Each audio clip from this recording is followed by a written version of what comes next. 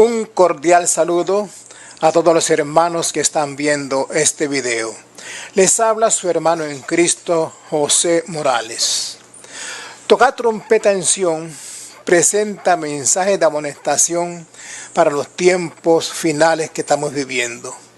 El tema de hoy lo he titulado No repitas la historia. ¿Qué historia es la que nosotros no debemos repetir? Aquí en el libro de San Juan, capítulo 1, versículo 11 dice: a los suyos vino y los suyos no le recibieron. En la versión Nácar Colunga dice: vino a los suyos, pero los suyos no le conocieron. ¿Qué pasó con ese pueblo? Un pueblo que por generación tras generación ha estado esperando al Mesías, ansioso que llegara, y cuando viene no lo reciben, ni le reconocen. Yo voy a utilizar aquí libros de la señora Elena G. de White, una señora que lo que obtuvo fueron 4 años de escuela, y la forma que ella se expresa explicando la palabra de Dios nos deja ver claramente que lo que ella habló no provino de ella. Yo creo que no hay teólogo con doctorado en teología que escriba como ella escribió. En uno de sus libros ella dice que ella escribía cosas que no sabía lo que estaba escribiendo, pero como el Señor se las dictaba, ella la escribía. Y vamos a ver cómo ella, en palabras sencillas, nos deja ver qué fue lo que pasó con el pueblo de Israel y cómo se va a repetir esto dentro del pueblo de Dios, que guarda sus mandamientos, y también en el mundo religioso.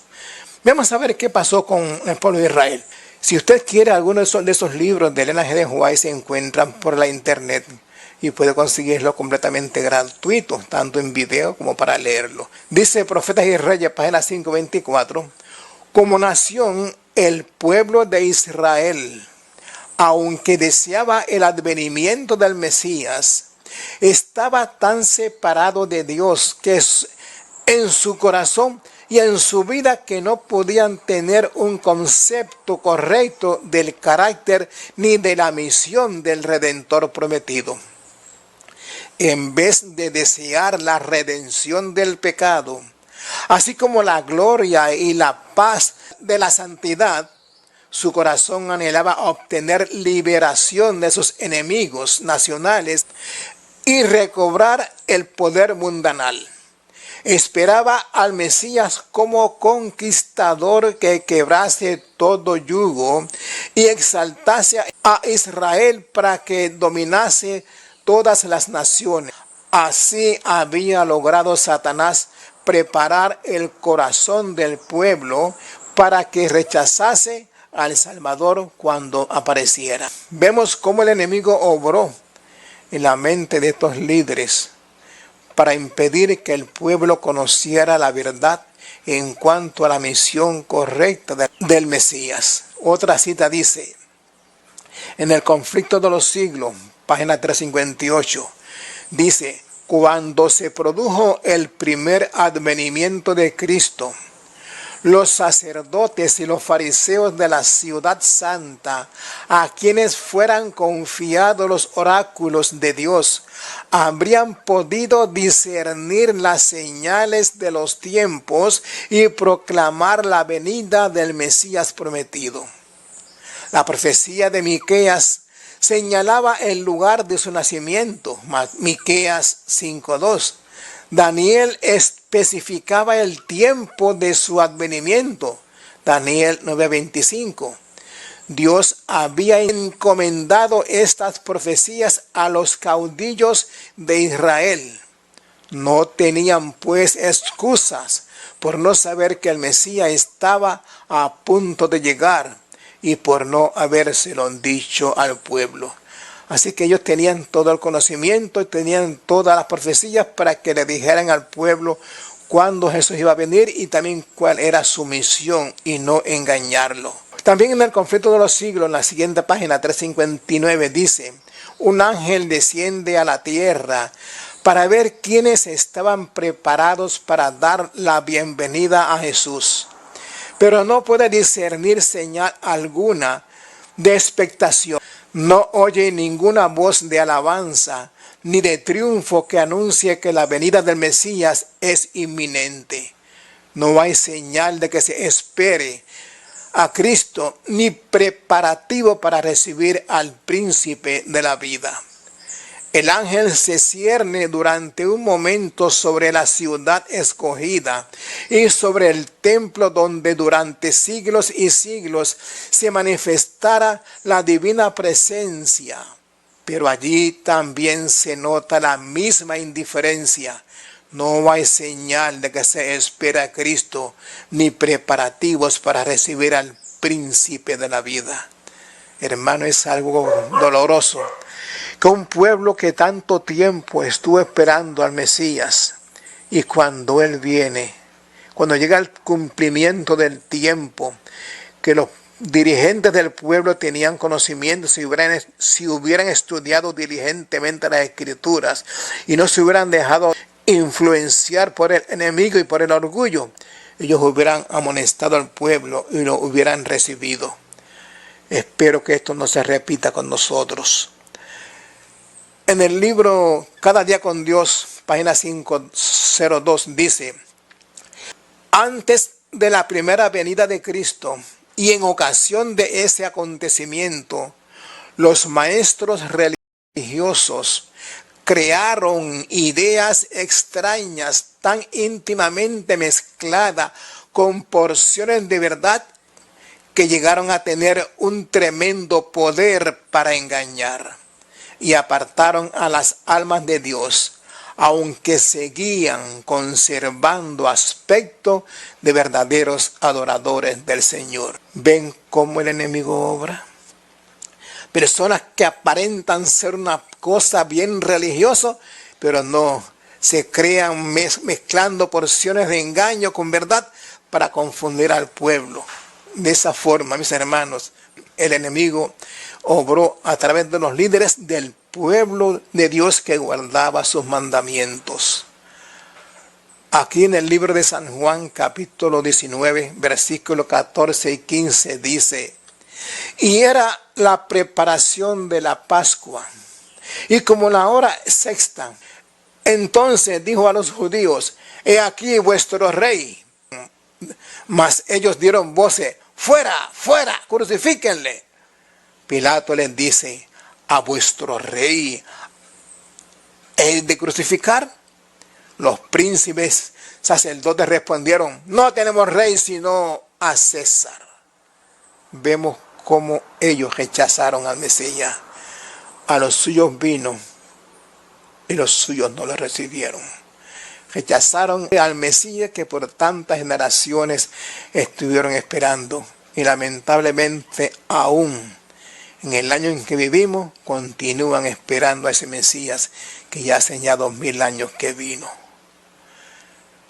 Solo un remanente fue salvo del pueblo de Israel.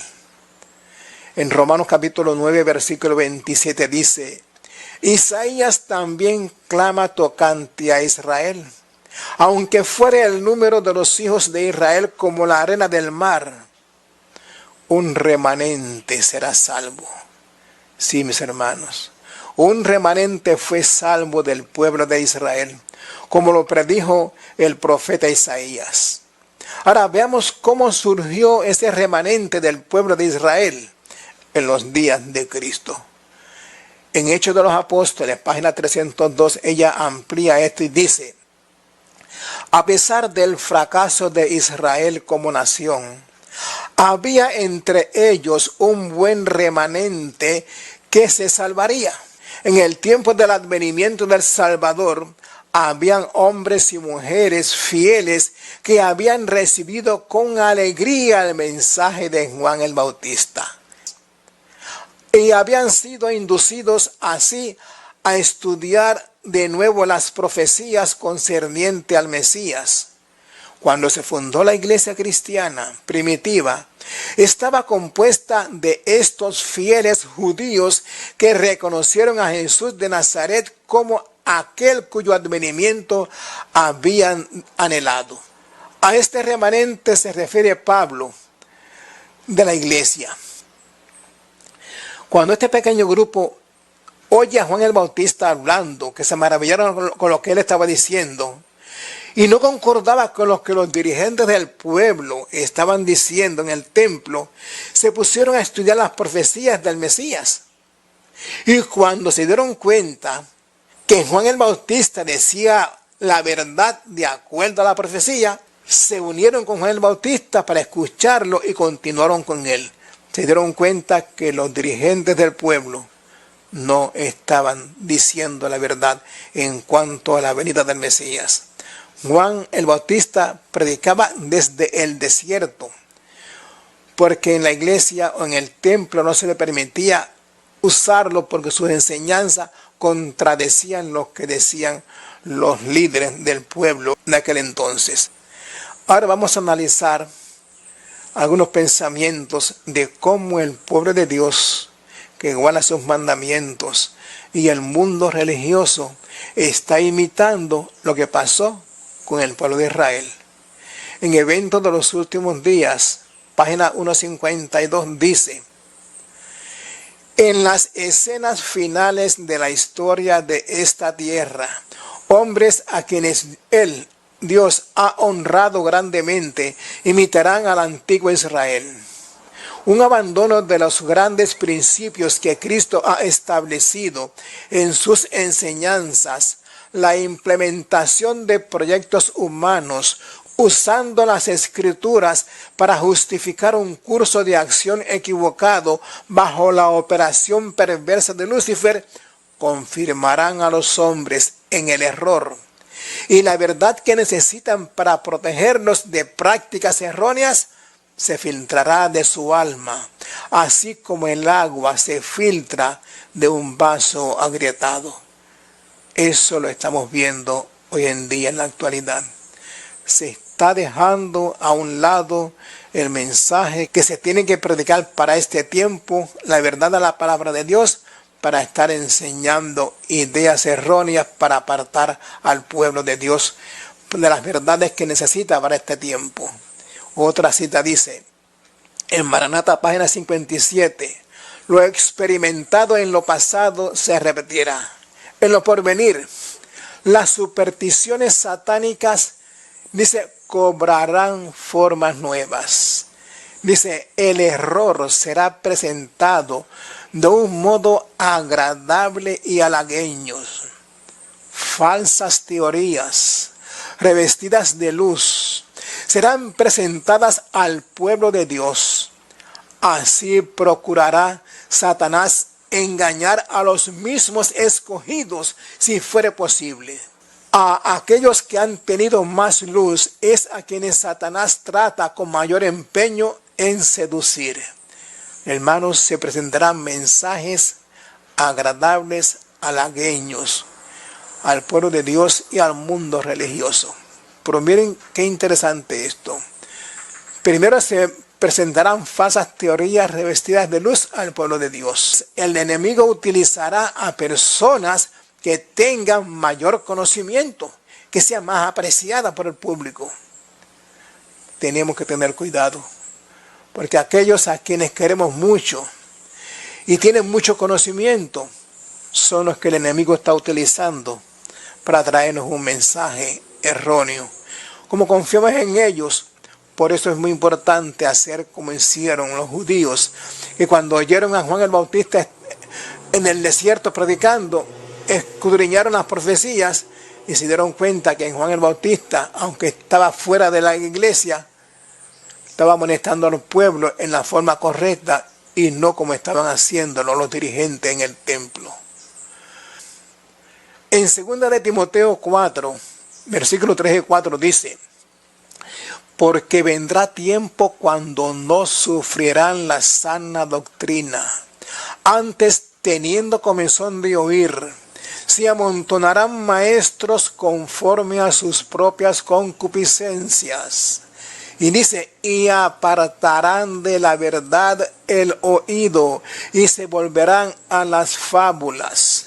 Mis hermanos y amigos, esto lo estamos viendo hoy en día. se llenan los escenarios oyendo muchos mensajes de fábulas.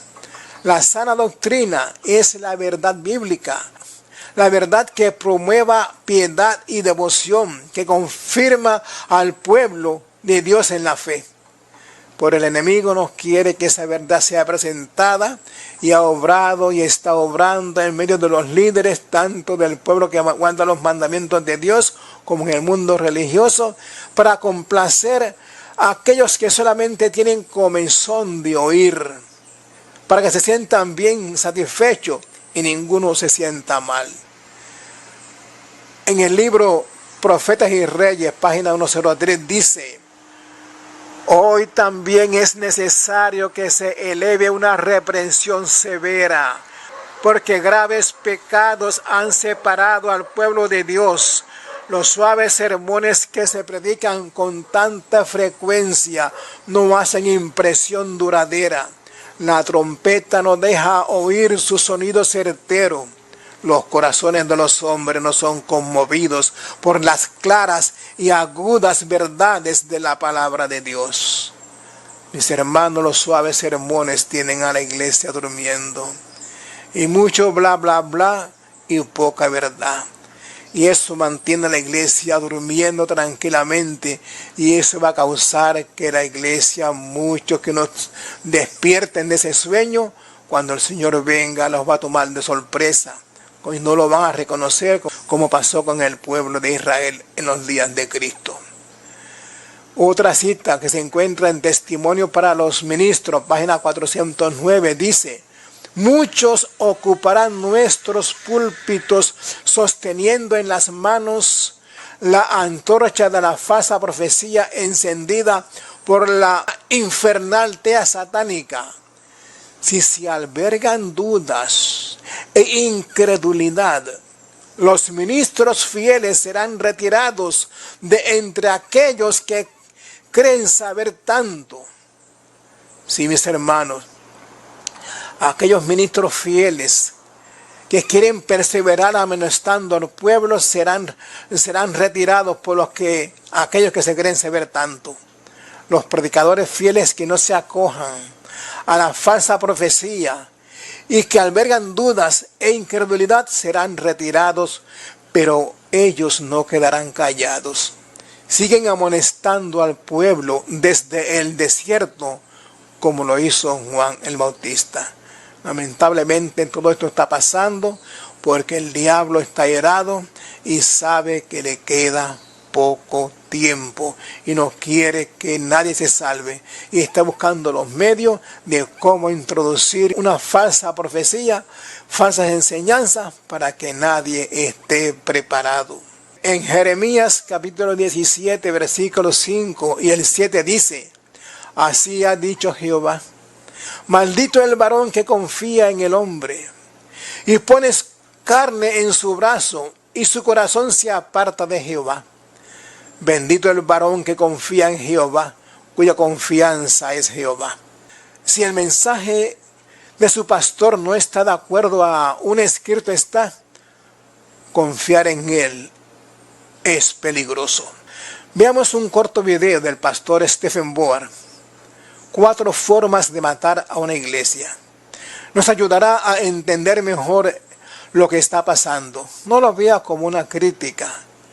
Véalo como un mensaje de amonestación. Que las creencias fundamentales de estas iglesias en ni un solo caso llaman a la gente al arrepentimiento antes de recibir a Jesús. Ni una sola declaración de creencias fundamentales menciona la importancia de obedecer la santa ley de Dios. Encontró que en sus declaraciones estas iglesias tienen como su misión hacer que la gente se sienta bien, tratar de suplir las necesidades que siente la gente.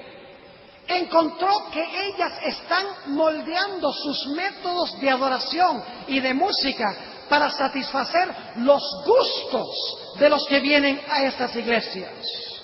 También descubrió que estas iglesias no quieren que se presente ningún tema controversial, nada doctrinal, nada profético que pueda ofender a las personas que asisten a la iglesia. Tal vez por eso es que estas iglesias están creciendo tanto, porque las iglesias no esperan nada de nadie. Son prácticamente unos clubes sociales, si podríamos decirlo. Si no levantamos la guardia, podemos caer nosotros en la misma trampa de Satanás. ¿Saben ustedes que ahora hay pastores en Norteamérica que están diciendo: no le digamos a la iglesia adventista del séptimo día? Dice, llamémosla Adventist Community Church, iglesia adventista de la comunidad, o llamémosla Adventist Fellowship, todo con el fin de eliminar la idea del séptimo día, para que la gente del mundo se sienta cómoda en la iglesia adventista. Los mismos pastores, yo tengo uno a unas cuantas cuadras de mi iglesia, dicen: nunca se debe citar a Elena G. de White desde el púlpito de la iglesia, porque se podrían ofender las visitas, o lo que se llaman los unchurched, la gente que no está acostumbrada a ir a la iglesia. Dicen, no interesa la música que se presente, la música contemporánea cristiana es lo que la gente está escuchando allá afuera, metámosla a la iglesia y de esa manera esa gente allá afuera se va a sentir cómoda dentro de la iglesia adventista. No tengamos énfasis sobre las profecías, que la marca de la bestia es el domingo. No me hablen de eso, porque queremos es atraer a la gente y que la gente esté contenta en la iglesia. No me hables de eso, de que debemos levantar las normas de la vestimenta. No, que la gente venga a la iglesia como ellos quieren, en chores, en blue jeans, porque al fin y al cabo Dios lo que le interesa es el corazón, no le interesa la forma en que nosotros vestimos. Y estas iglesias invariablemente están diciendo: lo que necesita predicar la iglesia no es la ley, la iglesia necesita predicar solo la gracia. Pasó con la iglesia de Dios del séptimo día, y el diablo está tratando de hacerlo con la iglesia adventista del séptimo día. Nosotros no podemos permitir que esto suceda, mis hermanos y hermanas. Nosotros debemos estar en nuestras iglesias como guardianes de la verdad de Dios. Nosotros debemos ser atalayas en Sión. No debemos salir de la iglesia adventista, criticar la iglesia, formar movimientos independientes. Debemos quedar en la iglesia y luchar por la iglesia, luchar por sus raíces, luchar por su misión, luchar por su mensaje y proclamar su esperanza. Porque el diablo quiere destruir esta iglesia, pero no hay nada en el mundo que Dios ame más que la iglesia adventista del séptimo día. Vimos cómo se está repitiendo entre nosotros lo que pasó con el pueblo de Israel en los días de Cristo. En Alza tus ojos, página 150, nos dice: la iglesia militante obtendrá grandes triunfos, pero también tendrá fieros conflictos con el mal para poder establecerse firmemente sobre la plataforma de la verdad eterna. Y cada uno de nosotros debiera estar decidido a permanecer con la iglesia sobre la plataforma de la verdad eterna, no sobre las nuevas tradiciones que están introduciéndose en la iglesia. Y para eso tenemos que dedicar el tiempo para estudiar la Biblia, para saber qué es la verdad que tenemos que vivir para este tiempo. No permitas que la historia del pasado con el pueblo de Israel se repita con usted. De repetirse sería por negligencia nuestra. Primero, por creer y aceptar todo lo que se dice, como hizo el pueblo de Israel. Segundo, por descuidar nuestra relación con nuestro Dios y no dedicar tiempo al estudio de la palabra de Dios y a la oración. Leamos de nuevo Deuteronomios capítulo 7, versículos 6 y 9, que dice: porque tú eres un pueblo santo para Jehová tu Dios.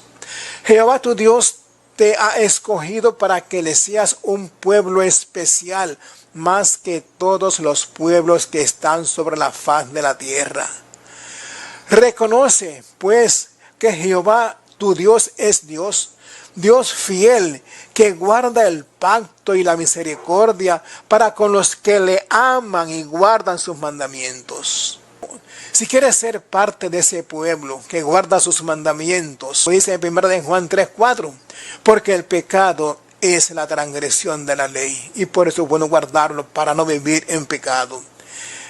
En el libro de San Mateo, capítulo 7, versículos 21-23 dice: no todo el que me dice Señor, Señor, entrará en el reino de los cielos, sino el que hiciere la voluntad de mi Padre que está en los cielos.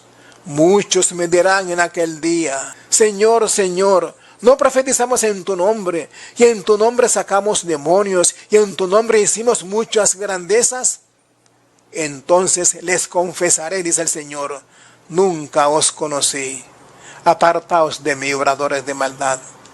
Hermanos, sería triste que después que estemos en una iglesia reconociendo que hemos hecho muchas cosas por el Señor, y el Señor nos diga cuando Él venga: apartaos de mí, obradores de maldad, porque no hicimos su voluntad. Que no nos conoce. Todavía tenemos tiempo. Hay tiempo de gracia para estudiar la palabra de Dios y reconocer la verdad y buscarla. Tengamos cuidado con cómo estamos viviendo delante de Dios.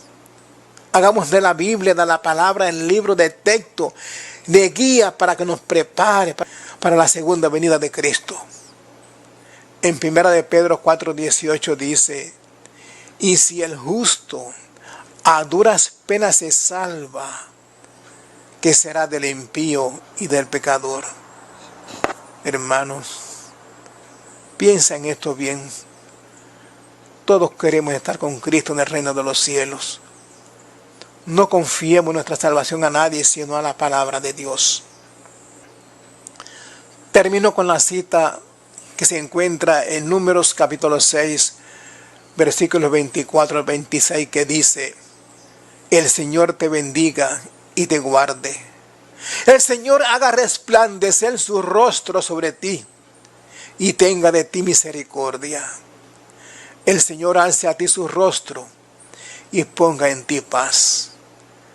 Que el Señor nos ayude a perseverar en la fe de Jesús y en la verdad, y viviendo como Él quiere que vivamos. Hermanos, será hasta el próximo video.